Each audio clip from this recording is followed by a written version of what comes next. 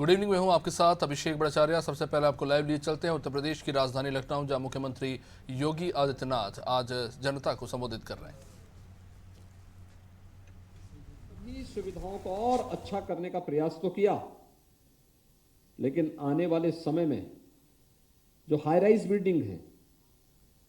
या जहां पर पहुंच आसान नहीं हो सकती, वहां के लिए ड्रोन की सुविधा का उपयोग करना भी ये आज की आवश्यकता है और मुझे लगता है कि उस दिशा में हमें अपने आप को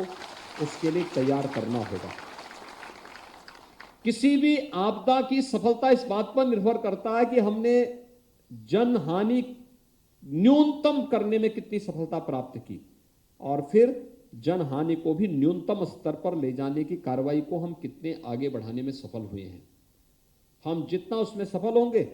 उतनी मुझे लगता है कि हमारी सर्विसेज बेहतर होंगी और मैं चाहूंगा कि उत्तर प्रदेश फायर सर्विस को एसडीआरएफ के साथ, एसडीएमए के साथ में बेहतर समन्वय करना चाहिए, क्योंकि वह भी स्टेट डिजास्टर मैनेजमेंट अथॉरिटी के रूप में उत्तर प्रदेश के अंदर कार्य कर रही है और उत्तर प्रदेश के ही पीएससी के जवान वहां पर एसडीआरएफ में काम कर रहे हैं। और मुझे लगता है फायर सर्विस के साथ मिलकर के हमें एक साथ मिलकर के जब हम काम करेंगे तो परिणाम भी हम और बेहतर देने में हमें सफलता प्राप्त होगी। मुझे आज प्रसन्नता है कि आज यहां पर हम लोगों ने जो अग्नि सचेतक बनाए गए हैं, लगभग 91,000 सभी 819 विकास खंडों में 91,000 अग्नि सचेतक जो बनाए गए हैं, उनके बेहतर प्रशिक्षण के कार्यक्रम को आगे बढ़ाया गया है। हमारा प्रयास होना चाहिए कि हम जनपद के अंदर भी सामान्य दिनों में हमारा प्रयास होना चाहिए कि स्कूल कॉलेजेस में या उनके प्रिंसिपल्स के साथ में हमारी बैठकें हों और उनको हम कुछ सावधानियां जरूर बताएं। आज अधिकतर परिवारों के पास आधुनिक ग्रीन ईंधन के रूप में एलपीजी के कनेक्शन उपलब्ध हो चुके हैं। उसके बारे में सावधानी और सतर्कता के बारे में अगर हम उन सभी एजेंसियों को जोड़ करके और उनसे कहें कि वे उपभोक्ताओं के साथ बैठक करें, ये सभी कार्यक्रम अगर हम आगे बढ़ा लेंगे तो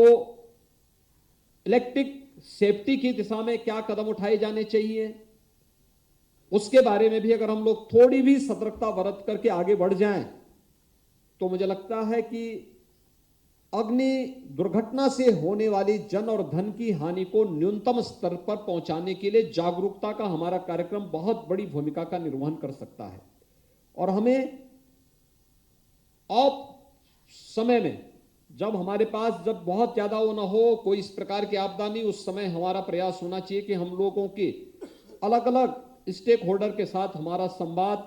का एक कार्यक्रम निरंतर चलते रहना चाहिए। अपनी प्रैक्टिस को भी हमें बढ़ाना है, लेकिन साथ साथ हम संवाद के माध्यम से भी अधिक से अधिक लोगों को इसके साथ जोड़ करके सतर्कता और सावधानी के लिए भी हम इस कार्यक्रम को आगे बढ़ा सकेंगे तो अधिक से अधिक लोगों को ये जानकारी प्राप्त हो पाएगी। और जैसे अग्नि सचेतकों की ट्रेनिंग के इस कार्यक्रम को आपने आगे बढ़ाया है, इनके माध्यम से हम अधिक से अधिक घरों तक पहुंचने और उस तक पहुंचने का सबसे अच्छे माध्यम दो हो सकते हैं। एक, स्कूल कॉलेजेस के प्रिंसिपल किसी रविवार के दिन, किसी छुट्टी के दिन जिला विद्यालय निरीक्षक या विश्वविद्यालय या बेसिक शिक्षा अधिकारी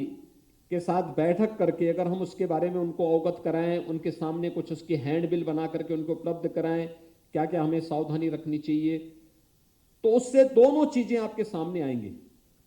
कि हमें अग्नि से, किसी भी अग्निकांड को होने से बचने के लिए क्या क्या उपाय करने चाहिए। इसमें इलेक्ट्रिक सेफ्टी का भी हमें जोड़ना चाहिए, फायर सेफ्टी के विभिन्न प्रकार के क्या क्या सावधानी और सतर्कता हो सकती है, इसके बारे में एक हैंडबिल उन तक हम पहुंचाएं और फिर वे लोग अपने स्कूल में जाकर के अभिभावकों के साथ बुला करके बैठक करें, बच्चों के सामने भी मॉर्निंग असेंबली में उनको भी बताने का कार्य